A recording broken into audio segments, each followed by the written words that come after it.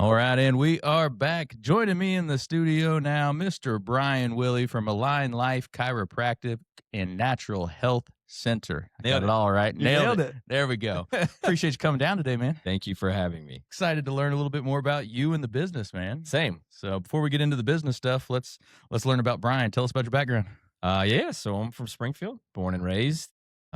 Went to Southeast High School, proud Spartan. Hey, there you go. Come on, go Spartans. Yeah, exactly. Go Spartans, indeed. My wife is from Chatham, so we both, all our families are here locally. Went to undergrad up in the Quad Cities, up in Rock Island at Augustana College, and then did my chiropractic schooling down in Missouri at Logan College of Chiropractic. Okay. Was that always the plan? Like when you were at Southeast, were you always like, yeah, I'm going to go be a chiropractor? No, no, it wasn't. I had a passion, interest in health, but I mean, you know as well as I do. I mean, there's so many different facets in that. So when I was in undergrad, I had an amazing advisor, and he was coaching me up through the possibilities, and I just told him like I don't really know, like I don't feel that conviction of what I need to do, and what he told me is you got to just go meet some people, start shadowing, get in the environments, and see what it feels like, and my original plan was that I thought I was going to be a dentist. And after shadowing in that space, I just realized it was just not the high energy environment I wanted to be in. Sure. They serve a great, awesome mission, but it just wasn't for me. And so then I just started shadowing a bunch of different professions, within healthcare and wellness. And I had a family friend who I grew up down the street from, as a chiropractor here in town, Dr. Lou DeStasio, fantastic human being. And I spent one afternoon with him, and it was it. I was like, this is it. I can clearly see, like, this is what I want to do. All right. Yeah. Awesome. So while you're at Southeast, sports or anything like that? Yeah, I played baseball and golf. Saying I was a golfer was not really much of an accomplishment. I would say I did it as something fun to do. But baseball, I mean, I played since I was a kid, since I was 5. And I had the pleasure to play a couple years in college too. And then it was time to shift focus on to the studies. Okay. So you played at Augustana? I did, yeah, for 2 years. Yep. Okay. Yep. Awesome. My undergrad is from Milliken, so yeah, okay. Familiar with CCIW. Augustana, yeah. Familiar with them. Love it, yeah. Cool, very cool. So at Augustana, you're doing all this, you're shadowing all these different folks. What was your first role after you graduated? After you finished like chiropractic school and everything, did you start out on your own, or did you go with somebody else first? Yeah, so here's what's interesting is that I always knew I wanted to come home. Like Springfield is home; it always will be home. God willing. When I came home, there was no opportunity here. So I had it counted out. There were 32 chiropractic clinics in Springfield and the surrounding areas. Okay. I printed off 32 resumes, and I went door to door to door to door. And there were 0 opportunities, which is so wildly different now because the environment is completely the opposite. Sure. So if there is, a doc that wants to come back to town, I would imagine there's multiple offices competing, for, that doc to come onto their team. But at that time, it was just a different environment in terms of health and wellness. It was a different market. It was 2011. So the job market was still not back to where it was. And I was, frankly, terrified, about what, prospects, weren't there.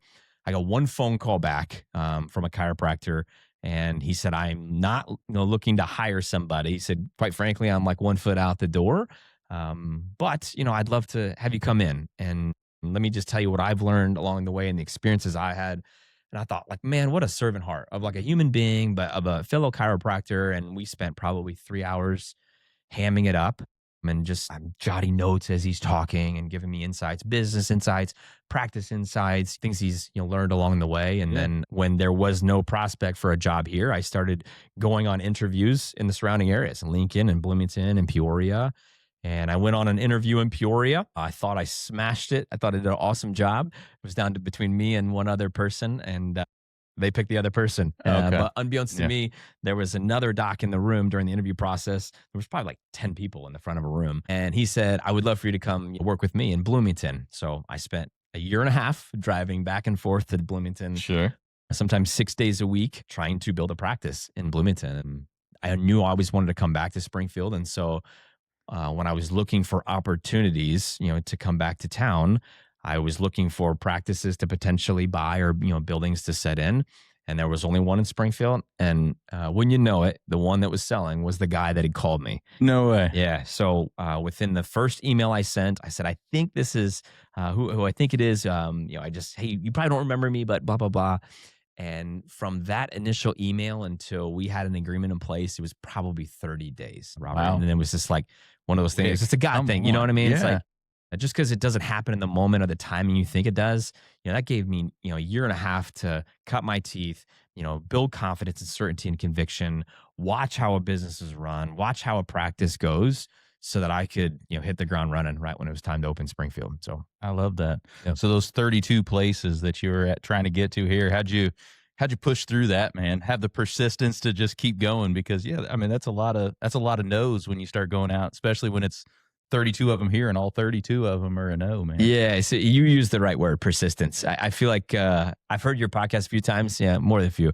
I know you love that One word. of my favorite words. I love that word, persistence, because that's what it takes. And you have to have grit, you have to have resolve, you have to have hustle. But even deeper than that, like you have to have a purpose, like a calling, a purpose that pushes you. And I tell my team all the time, we're pushed by our purpose, but we're pulled by our vision. And you have to have just that purpose of like, I cannot be denied, at this Right. point. At that point, I was married. So, now you have another person that you're responsible for. And I don't mean to get into gender norms, but as a man, like I feel responsibility to provide, Yeah, for my wife and, my potential family. And so it was like, if I drive 3 hours, I'll drive 3 hours. Like Mhm. there's just no way that this isn't going to work because it has to work. You know Right. what I mean? So that's what I love about entrepreneurs. I know this is target audience is entrepreneurs, Yeah. and that's like a non-negotiable, right? It is. No doubt about it. You have to have that persistence.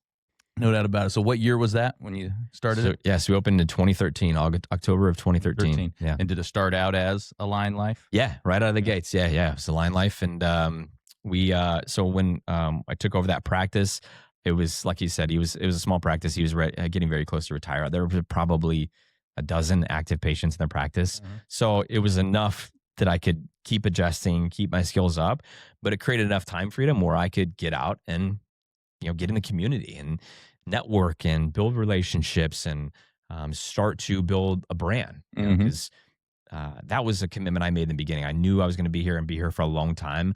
I was not looking for the quick fix. I wasn't looking for the fast score or the quick check or anything like that. I knew that this was a legacy play. It was a long-term play about building a pillared brand in the community and doing it with relationships and building networks of people was important then, and I'm realizing now and sowing the seeds from that as well. Of all that relationship building early on. Yeah. So let's dig into that a little bit more. What are some things you did early on to help build that brand? What didn't I do? Right. I took chairs to quick lube shops and oil change places. What did you think of that? Go to a quick lube shop. Or just honestly, you know that quote Jimmy Buffett, like you should be like aggressive when people are weary. You should be weary when people are aggressive. My mindset in business has always been zig when other people are zagging. And so, looking for opportunities where somebody that's too below them or, that they hadn't thought of that aspect or hadn't made that connection. I'm a firm believer that, I may not be everybody's chiropractor, but chiropractic is for everybody.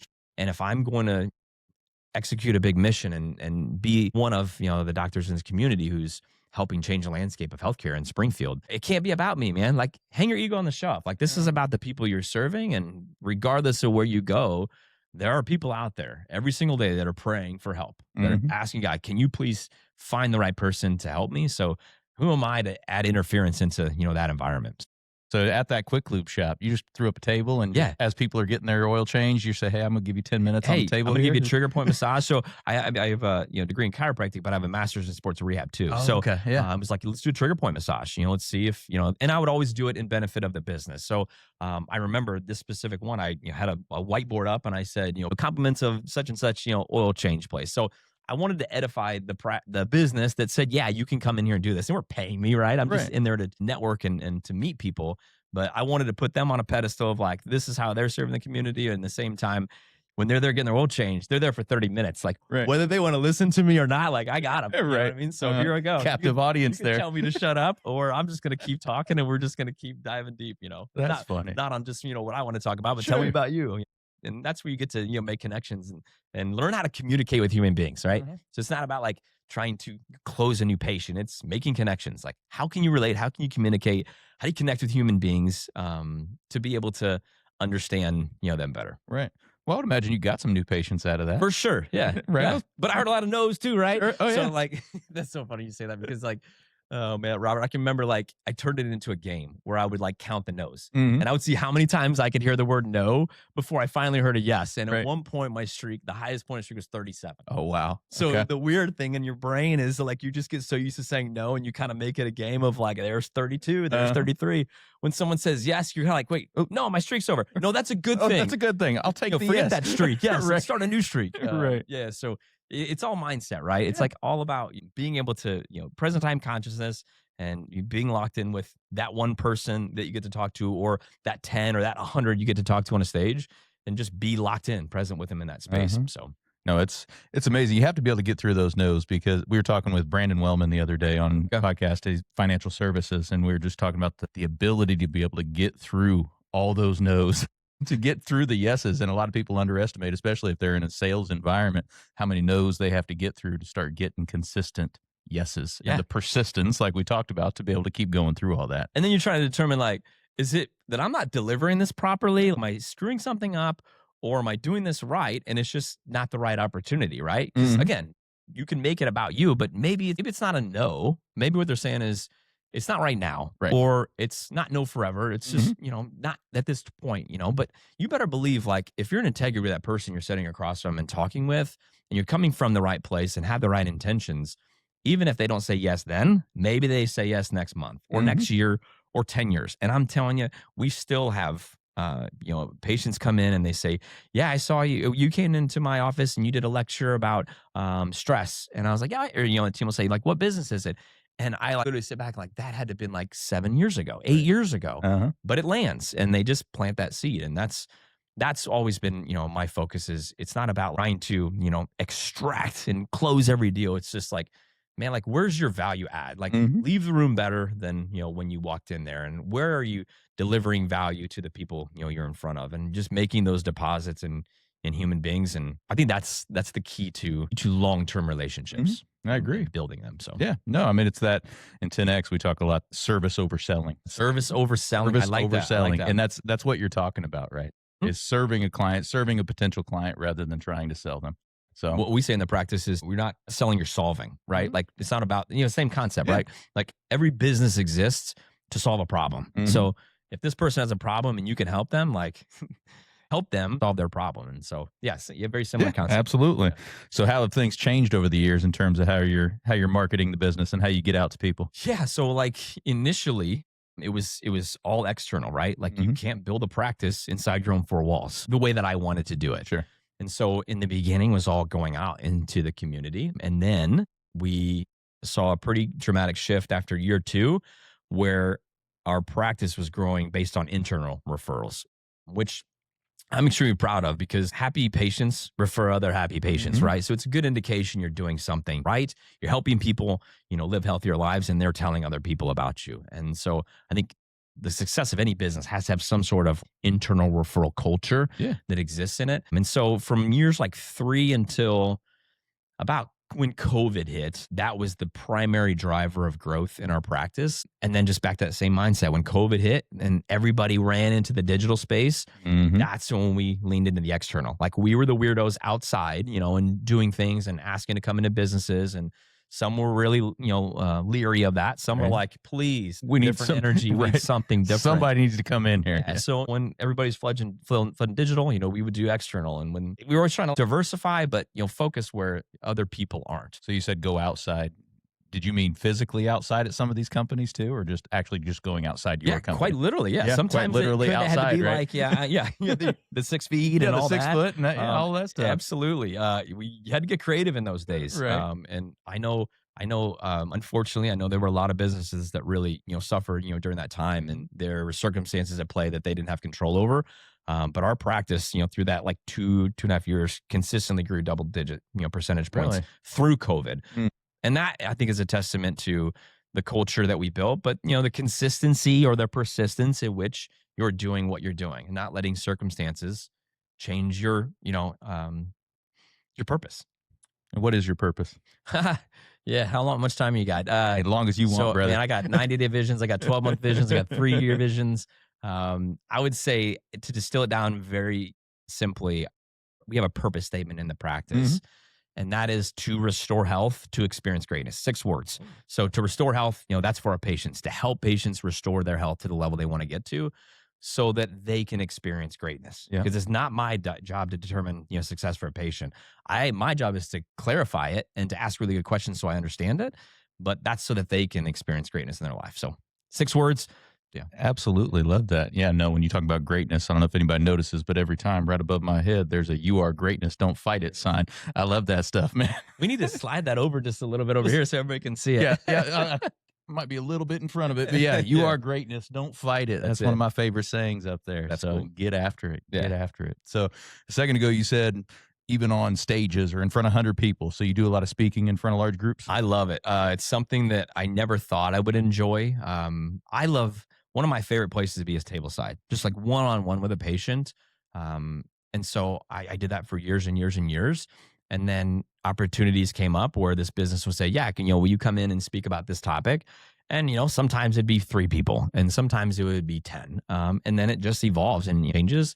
Last year, I got to speak to a room full of chiropractors, and there's close to 100 people in the room. Oh, that's awesome. Talking about hospitality and culture and things like that. So it doesn't change how many people that you're talking to, as long as you're on purpose, right, in that moment, and you're present with them, and you can talk to one-to-one or one-to-many. If your heart's right, you can deliver anywhere, and the circumstances and how big the room is and all that doesn't really change, right? How many different talks do you have, or is it just like over a number of different things? I would say I've got like my favorite 12, like our dirty dozen that we spend a lot of time on. So it's stress, it's gut health, it's ergonomics, it's sleep habits, things like that, where there are pillars of wellness and health that people either want to know more about or understand in more depth, or cut through the noise on Google searches and social media and understand it at a deeper level. But that's never stopped me from if they said, hey, we want to talk about this very specific thing, I've said, all right, let's get into the weeds, like let's get into it. Yeah, it can vary. Okay. So the stress one, I would imagine companies call on you a lot for that one. That's Robert, that probably is a big hit, right? That is the number one. I would Everybody imagine. wants to talk right when you about said that, I stress. was like, I bet you get a call a lot for that one. Yeah, because there's so many facets to it in terms of people's understanding of it. I think the one thing that I always try and convey on that specific topic as it relates to stress is that it's not something that you need to manage better. If you hear somebody say like you need to manage stress better, you should turn and run away. Right. Stress is something that we can train our body to adapt better to. And when we understand what stress is doing to our body, like the consequences of those stressors, whether that's gut disturbances, sleep disturbances, hormone disruption, pain and inflammation, skin issues. I mean, there's just so many facets to it.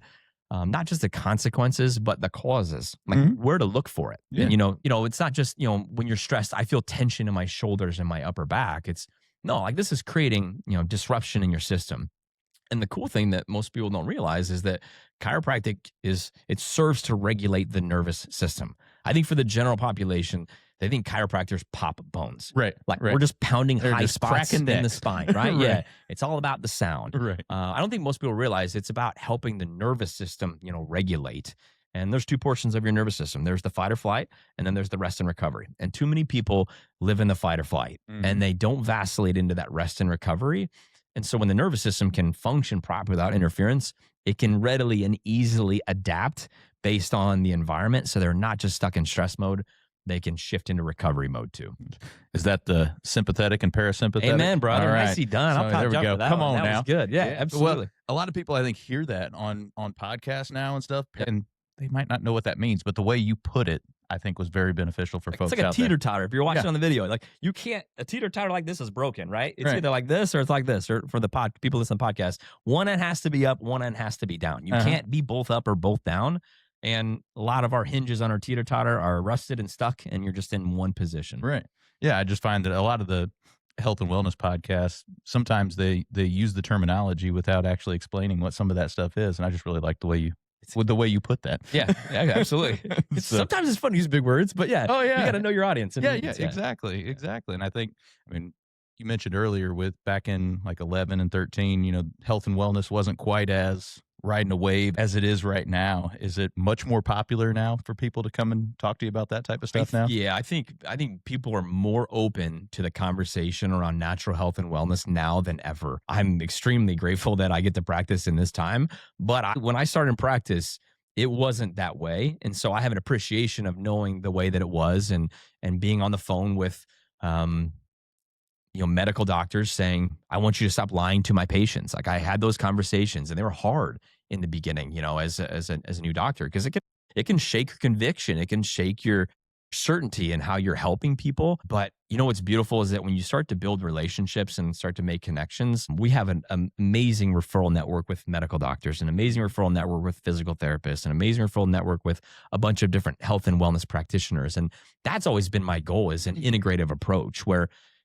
perfect world, it could all be like a Mayo where, 10 doctors come in a room with different specialties. They evaluate every Right. case.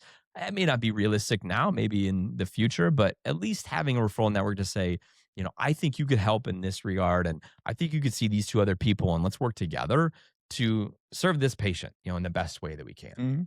Yeah, no, I'm liking it just like I, mentioned with all the different groups that we have in town, all the different networking ones, we can all grow together if we all work together. And Yeah. in health and wellness, holistic versus modern medicine, whatever you want to call it, it shouldn't be a us versus them type of thing. It should be an integrative approach, like you said. We all deserve to, be able to express health and live our healthiest life. And there are a myriad of things that get in the way or interfere with that. So to think that one specific discipline or specialty can solve every problem is silly. But certainly you're always going to benefit from a more cooperative approach. And the landscape in healthcare now is more conducive to that than ever, right? Mhm. And it's just different. The mindsets are different. People are more open. I'm speaking specifically like professionals, like healthcare professionals. They're just more open to having conversations and dialogues. And I make it regular practice to send notes to people in the community, like, "Hey, I heard so and so told me, you really help them. You're really a big cheerleader for them in their health. Oh, that's awesome. Like, please continue to do that. Like, I Mhm. want to be the encourager and champion of people who are doing it that way, so that continues to grow and shift our mindset as it relates, to health, and that there's not one specialty that owns it. Like we should own it. It just should be something that we're doing in service of the person, the patient. Right. So, what do you think's some of the biggest drivers of the holistic health and wellness kind of movement right now, getting that app back out into the forefront? What do you think's driving a lot of that? I think technology is helping Yeah. dramatically, and just access to information. That's a two-edged sword, right? Mhm. Like, you have to be discerning about who you're trusting with the information and where you're searching and what you're searching. Right. But I think that is opening people's eyes because it's allowing them to take ownership in their health and not just trust their doctor with their entire health. And ownership is something that is critically important for our patients in our practice, because in order for you to be able to address and correct an issue, like the patient has to own the problem. Like this is my problem, and there Mhm. are things that I have influence over that I can do to impact that and change that. And we tell every single patient who walks through our practice, this is a done with you, not a done for you process. We have a tremendously important role in it, but so do you as the patient. Right. So if they take ownership, meaning I understand what's going on with me and I want to understand why it's happening. And I want to understand, what am I doing that's contributing to this problem? And what can I start doing, or what can I stop doing to help you do what you do so I get better results faster? Like Mhm. those, the access to technology is closing that window and that gap. I mentioned COVID earlier. I think the COVID crisis opened a lot of people's eyes. I think so too. Yeah. Not to get into political statements and go down that route. That's not my interest, or I think it's at this point a waste of time. But Right. more so, it opened people's eyes to what health truly is. I think that prior to COVID, we lived in a world where you were either healthy or you were sick. Mhm. There's one of two cohorts, and then we identified this middle cohort that was not sick. Just because I look healthy or I feel healthy doesn't mean you're healthy, right? Mhm. And there's a lot of people who unfortunately were exposed, when we're in a space where they were exposed and not being able to express health well. And so I think that opened a lot of people's eyes. Like, I need to understand this more and stop blindly trusting what doctors are telling me, and Right. understand more about what are the ways that I can help my body heal from the inside out, the way it's hardwired, versus healing from the outside in, which is a totally different paradigm. Mhm. No, I absolutely agree. So not getting too far down the political spectrum of it, but yeah, that COVID, and also, I mean, there's legislators out there and folks in in the government now that are actually talking about this type of stuff. So it really brings to the forefront. Regardless of your political affiliation, exactly. let's just have the conversation, right? Like, Yeah. I want to hear one side, I want to hear the other side.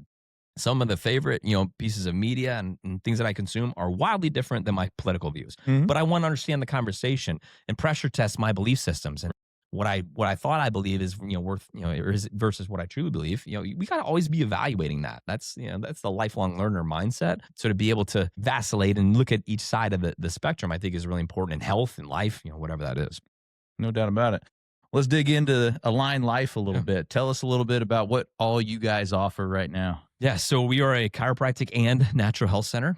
So we incorporate holistic wellness. So for some people who are in pain, who are inflamed, whose joints are misaligned, we integrate, chiropractic. And for a lot of people, that is the case. Mhm. We live in a unnaturally stressful world, and we all lead unnaturally stressful lives.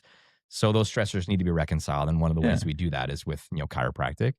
Like you mentioned earlier with your 12 talks, and stress, it seems like the rest of them that you had, if you handled the rest of them, the stress one might not be there. Amen, brother. Remove that. Everything falls back in line. Exactly. Absolutely. So sorry, go ahead. Oh, that's the perfect point. But we also, like I said, we look at a holistic approach. So we do, metabolic, consultations. So we look at metabolic panels. We do hormone testing. We do food sensitivity testing to look and see if there are other offenders, things that are driving inflammation or creating disruption in the system that are going to interfere with people's ability to heal and heal as fast as it should. And then we have, adjunct services like acupuncture to be able to serve patients in that way as well. So it's all about figuring out, one, if we can help the patient. Two, what are their goals? What are the things they have to do that they want to be able to do and get back to doing? And then is our approach right for them? And if it is, let's go to work. And if it's not, then let's find you the right provider from there. Right. So the metabolic panel, what does that show? Yeah, so it'd be a blood test. So like most people, when they go to see their doctor for their annual visit, they'll run a blood test, like a metabolic panel. So it should have a CBC in there. It should have a lipid profile in there. So you're looking at cholesterol, triglycerides, the good and bad cholesterols from there. It should have, things you're looking at, just basic nutrient levels of vitamin D, vitamin B, magnesium, iron, levels of inflammation like homocysteine or C-reactive proteins. They're a very strong indicator where there could be gaps in people's health. The way that I try to explain it to patients is if you have a crisis in your health, like you're not as healthy as you want to be, more often there's either a toxicity or a deficiency or both, right? A toxicity. There's something there that should not be there that needs to be removed, or a deficiency. There's something that's not there that should be there, or some combination of both. So labs and integrating those gives us insight to where there could be toxicities or deficiencies, in addition to neurological and structural issues as well. Right.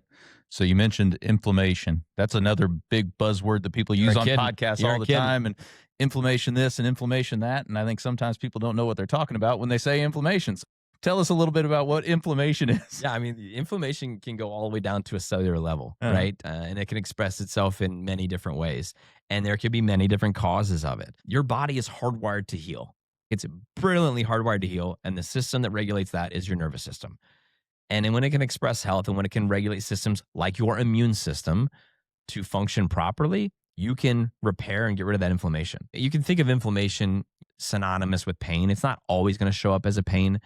But if you think about it in those terms, when inflammation shows up or that pain is there, that's not necessarily a bad thing. Mm-hmm. And one challenge that I often throw at our patients or when I get a chance to speak is that symptoms in general aren't a bad thing. I think symptoms are awesome.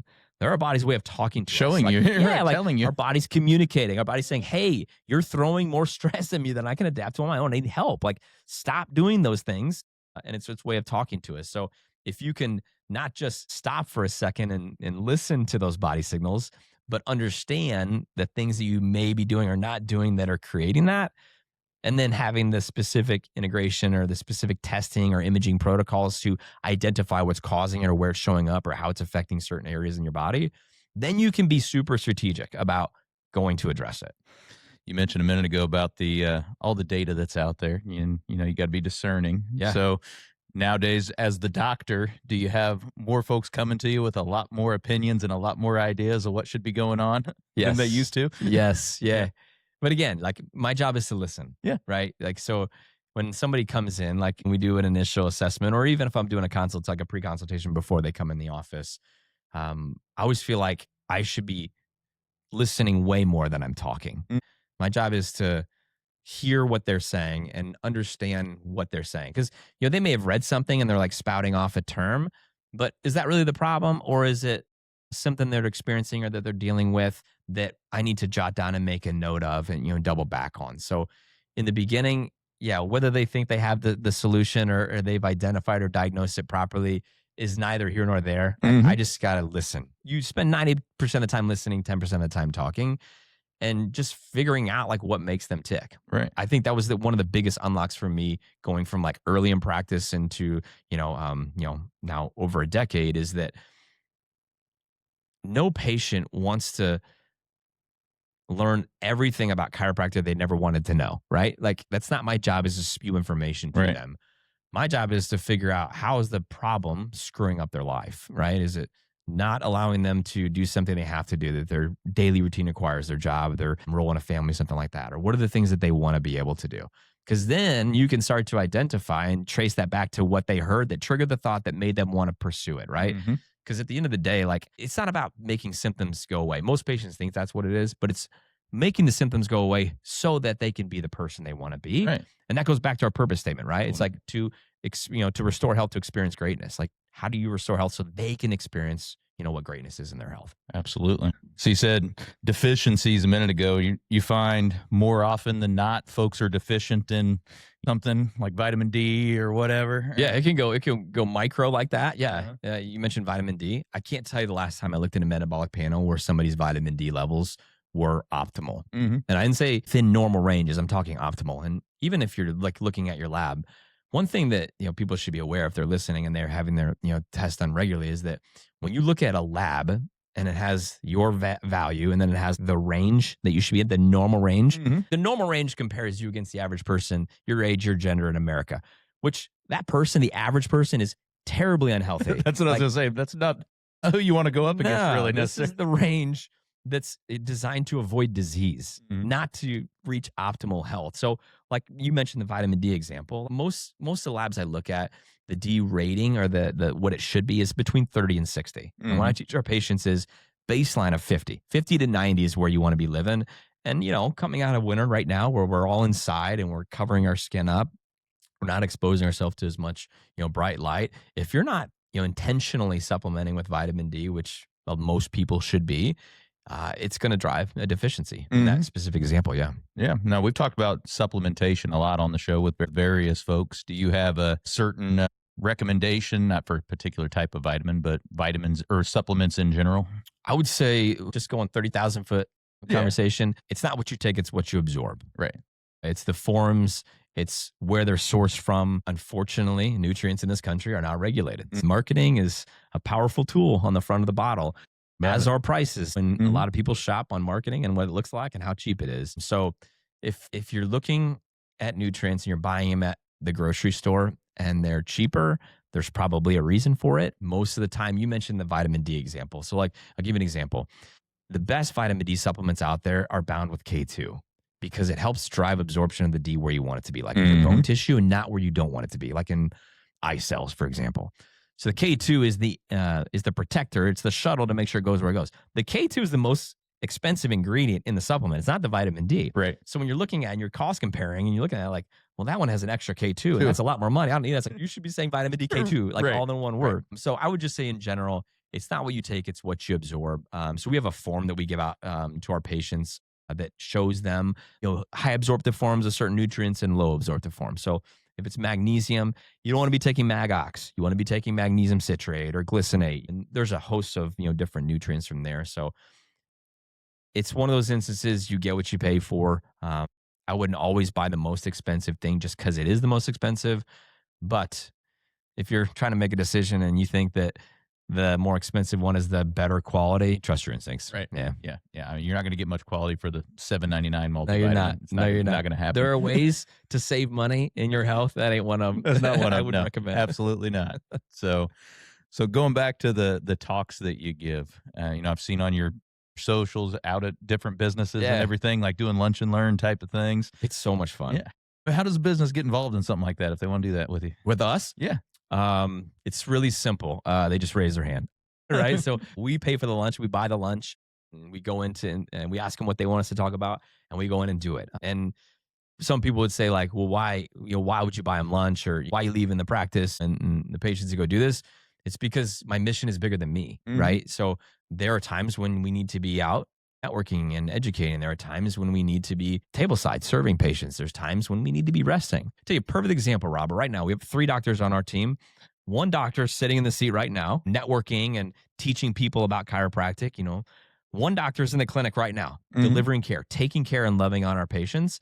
One doctor's on vacation. He's in Florida right now on the beach. All of us are promoting, protecting health and wellness and chiropractic, right? Right. It's just different stages of it. It's like, Mhm. how am I teaching people how to live the right way? How are we delivering care so that they can express health properly? How am I modeling what living a healthy life looks like and showing people it's okay for me to take a break and rest and restore and recover Mhm. so that I can serve, in a bigger, better mindset. And our target audience is like mostly entrepreneurs, right? And I love the saying that, entrepreneurs don't starve, they drown because they just put more on their plates. They tell themselves, I'll do more with an extra hour of time and a pound of my flesh, throw it on my back. I'll Mhm. deadlift it. I'll just find a way to do it. And that will serve you for a season until you get to burnout.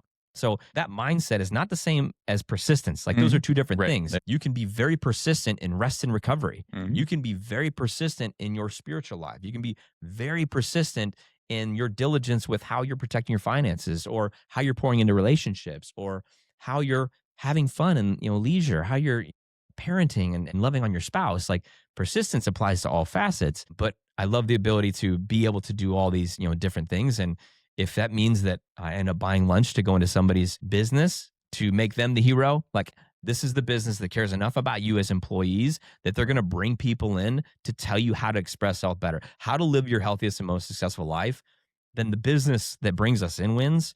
But I get to serve my mission, and that's to teach and educate and help people understand those unlocks in order to reach that. Because, like we've talked about, it's not about me; it's Right. about the mission, and it's about your purpose and how strong your purpose is in pushing you, but at the same time, how clear your vision is, that's pulling you forward too. Uh-huh. And I love your podcast about vision and mindset too. I think that's just as important as the purpose, because Mhm. the purpose can take you so far, but purpose can push you into burnout. Okay. And you have to have crystal clarity and a very line of sight, tight focus on your vision too, that's pulling you forward. So Love it. yeah. Love it. No, servant's heart, man. Everything you just said a second ago with the persistence in all those different areas. And 10X, we call it the 10X super life when you become extraordinary in all those different areas. Are there specific criteria that are in Yeah, them? in spiritual and in your financial life and in your professional life, all of them, your family, everything. So you're striving for the 10X super life when you in becoming extraordinary in all those areas. You don't have to go down in one just to be up in the other one. They don't have to compete with each No, other, they right? do It not. just They do requires not. intention and focus. Yeah. Mhm. And persistence. Yeah. And no, that's cool. All That's of it. cool that you live that life too. Yeah, no doubt about it. So over the past, what now, 13 years or Yeah. almost 13 years, what are you most proud of building the business, man? My team. Yeah. Yeah, that's an easy answer. I get to work on a team of 9 of dynamic, brilliant, purposeful, servant-hearted people. We have core values in our practice. They exude every single one of them to a T. And getting to do this with them is really cool, because I went through a season where it was all me. And I hate to admit this, but it was the Bryne Willey show. Mhm. It's I'm doing everything because I can do everything, and nobody can do it as good as I can do it. Right. And you can be on purpose with that mindset, but it's the wrong mindset, right? And it took me getting to burnout stages at multiple times in my career to know and to recognize you're not serving the patient the best when you slept 6 hours and when you're drinking coffee until 3 o'clock in the afternoon and you had way too many drinks the night before and you're not exercising as much as you should. And all of a sudden, these things that you're doing in order to serve, they're waylaying your life. And I had to have recognition like, if you're going to talk a big game, Willie, if you're going to say you're going to serve a big mission, you can't do it alone. Like you need to do it with a big dynamic team. And so being able to recognize that, but identify the roles, find these people who are hardwired to be successful in the roles and watch them grow through it. That's been the most fun, because it allows the mission to carry on. It allows the vision to be executed. but it doesn't all rely on me, and it's Hmm. not all about me. And helping our team step in and shine in their unique genius. And quite frankly, the patient is the hero in the journey. None of us are on the team, and everybody understands and knows that. So to see how this team has been built out and to have our patients like watch it, because most of our patients have been in the practice for years and years. So for them to watch it and for them to say, "Man, that person is amazing. Don't screw this up, Bryne. Do not let them leave." Like Right. that kind of stuff. Right. That's when you're like, man, like this is cool. This is bigger than me, and gives you excitement about building a bigger and bigger team. I always joke about it, us being like a battleship. Build a bigger battleship to make a bigger impact. Yeah, absolutely. That's the only way you're going to get to those big, massive targets is if you grow through people like that, Yeah, scale through people like yeah, that. So, absolutely. love it. Did you start at your current location, 13, or have you moved since? So we moved, yeah. So that gentleman that I told you that stepped out and retired, he owned the building and he entrepreneur. So are you listening right now? He offered me a 5-year lease, and I said I want a 10-year lease because I just thought after 5 years he's gonna kick me out and I didn't know where to go. That was a bad decision on Oh, my end. man. So I was stuck in this 10-year lease. And I mean, we outgrew that space at like year 7. Oh, So okay. we're trying to figure out, do we remodel this current location? And then I'm looking at different locations. Long story short, it was another guy thing. My insurance agent, they were getting ready to close their like Central Illinois like meeting spot. It was where I went to BNI meetings for years and years and Okay. years. And he's like, "Hey, by the way, this guy's getting ready to sell the building." I'm looking around like, it's 2 blocks away from where I currently was. I could literally just walk the boxes, down the road to the new office. It's almost double the size. It was just like, formatted, just like fell right in the lap at the right time. Yeah, we closed on it in like July and we were in there the next August. So now we're on Montvale Drive. Mhm. So still right there on the west side. But it's funny. Like, I had 10 years to think about every intentional square inch of the office I was in that didn't work, that was a choke point, that was, limiting efficiency, limiting productivity. Team members are frustrated to go by Yeah. it. And so I'm like just filing things away. And so every once in a while, I'll be walking around the practice and just know like every, square inch of this place is intentional based on pain and trauma and frustration and Right. lessons learned and all that stuff. And then, But how great is that to look back on all that and dude, see it's that? amazing. It's such a blessing. But then the entrepreneurial mind doesn't stay there very long. Right. And, we've been there like, I mean, we moved there in 23. So this is going on our 3rd year. We're already like, okay, we need to remodel. This has got to go. This wall's got to come down. Can we go up in the ceiling? Like, can we cut out some rafters and like put Sure. some offices up there? I mean, like we joke about that as a team, but they've been around long enough to know that I'm only half joking. Mhm. Like we always need to be thinking. I think you mentioned the vision story. It's not just 90 days out and 12 months out, but 3 years out. Like, Yeah. what's the iteration of this practice a year from now, or 3 years from now, or 10 years from now? We got to be thinking along those lines. All of Onward. us as business owners, Yeah. as entrepreneurs. Onward and upward. So, do you have anything like that in mind? Any Yeah. big plans for the future here? What you're planning on I doing? mean, I don't have anything concrete. I got a lot of ideas, Yeah. and I think most entrepreneurs do. They got a lot of ideas. It's slowing down and discerning what the right move is and what the right time is, and not rushing just to get it done, but to figure out how does it align with those visions as well. Because that owner operator mindset where just I'll do it, just tell me what to do, I'll do it as fast as possible. Can stifle growth for sure. It's being clear about a vision and what you're trying to accomplish and execute, and then making sure you have a team in place to execute the vision, and then making sure you have the capacity to be able to serve it. Like those 3 balls are like things you're juggling. It's constantly moving. And just when you think I got the team right, then something happens, maybe somebody has to move or somebody gets pregnant, or, that's the dynamics of business. It's like, okay, I got to start, paying attention to that ball. And then, it's always changing. So I try to be fluid with it. Visions are fluid, but at the same time, I'm always filing away ideas and always prospecting for potential opportunities to invest and to create ahead of the growth. Because I've been through those seasons where you're bursting at the seams, Right. and that'll stifle growth. And it won't just keep you stagnant. You'll contract, you'll shrink, It will. either in Yeah. mindset, or your team will pump the brakes, or your customers or patients will start to decide that you're too big for them, and it's just more convenient for them to go somewhere else. And you always got to be aware of that too. And that's a tough place to live as a business owner. Is you're always investing in your business, but Mhm. it is one of the greatest investments, especially in your team and your business. Certainly. Well, a lot of great stuff business wise. Let's pop over to the personal side. Yeah. What are some ways you elevate your life personally? There's a lot. I would say one of the most important ones beyond, my relationship spiritually, my relationship with God is my wife. Like, she keeps me so grounded. And when I'm living in the clouds, she's bringing me back into reality. We're such a good blend in that aspect together.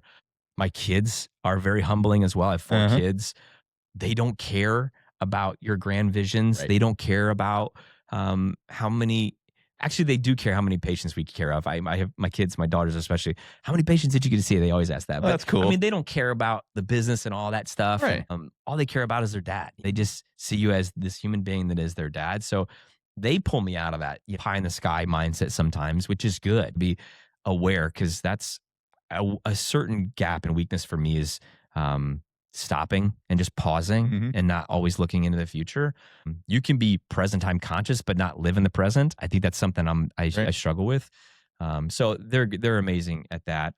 But also just having tools in place to do self check-ins. So like you were mentioning those pillars, like I've got this wheel of alignment and it's got these different, facets of your life, whether it's fun or romance or family relationships and, money and leisure and recreation and health and that kind of Mhm. stuff. And I'm always doing a self-assessment, 1 to 10, where are you at this month? And then that gauges my focus. Like, well, I'm not focusing enough here. I need to put more intention there. And it's like the rocks conversation. You never, there's never no rocks. It's just, where is your greatest, focus need to be in this moment? And then once you get that to where you want to be, something's competing with it. And Uh-huh. then you try and pick that up too. I mean, balance is baloney. There is no balance. Right. I'm Right. just constantly seeking alignment, Yeah. There has to be a wax and wane and a give and take. And as long as you're aware of it and you're intentional with how to, you know, give and take with that, I think that's the key. But having a partner like Kelly, like my wife, there's no way I could do it, without her. So Love it. No, the kids certainly have a way to put it into perspective, don't Yeah. they? I mean, you got 2 of your own, right? yeah, two of my own. Yeah. Yep, 15 and 12. So my older daughter, anybody that watches the show has seen her here recently. So I do my every Tuesday episode with her, and I just Ellie, right? yeah, Ellie, Yeah. yeah, love doing the back and forth with her. It's just so fun.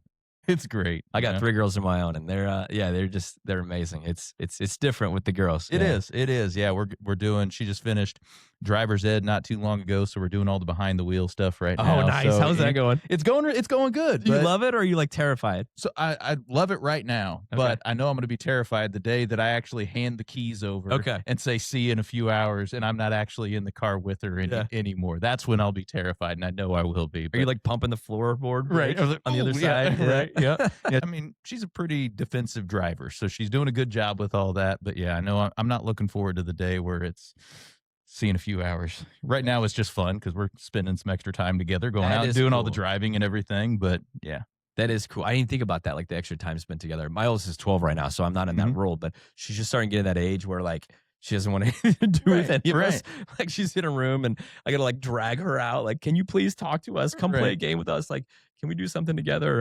So that's cool. That I'll have to file that away. yeah, Like, because it's 50 hours. So Okay. you have to drive with them for 50 hours before they go back and drive with their instructor to actually go take their test and everything. So yeah, interesting. that's 50 extra hours of time that I mean may or may not have made it Facilitate it, happen yeah. before, we're back so- to the oil change.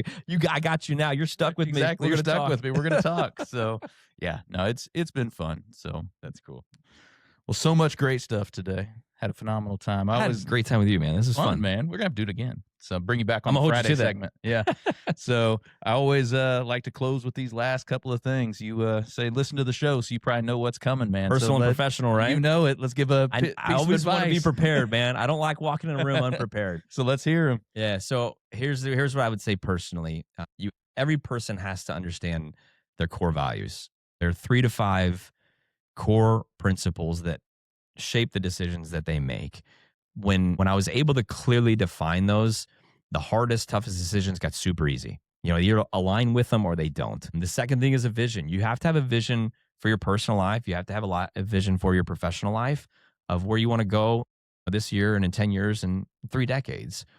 And then your behaviors have to align with it too. And when life is the best, and I feel like I'm the most successful, and I'm not talking monetarily, I'm talking just like successful in life and the most content, it's when my core values, my behaviors, and my vision are all aligned together at the same time. So being intentional and identifying that, I think, is key. Professional, I mentioned my team earlier. Just surround yourself with great people. I heard it said once that you are the sum of the 5 people you spend the most time with. Mhm. And that was really convicting for me. It's like, whoa, okay. Like I need to be very careful about the people that I'm either bringing into my business or I'm spending time with. And, Right. your business, I always, tell my team, my business is my team and my team is my business. Like the team is so influential in that. And greatness is in the agency of others. You want to experience greatness, you got to do it with people if you want to make a big impact. So I would say those are the two big personal and professional things that have really made a huge difference in my life. Greatness is in the agency of others. Yeah. Love that.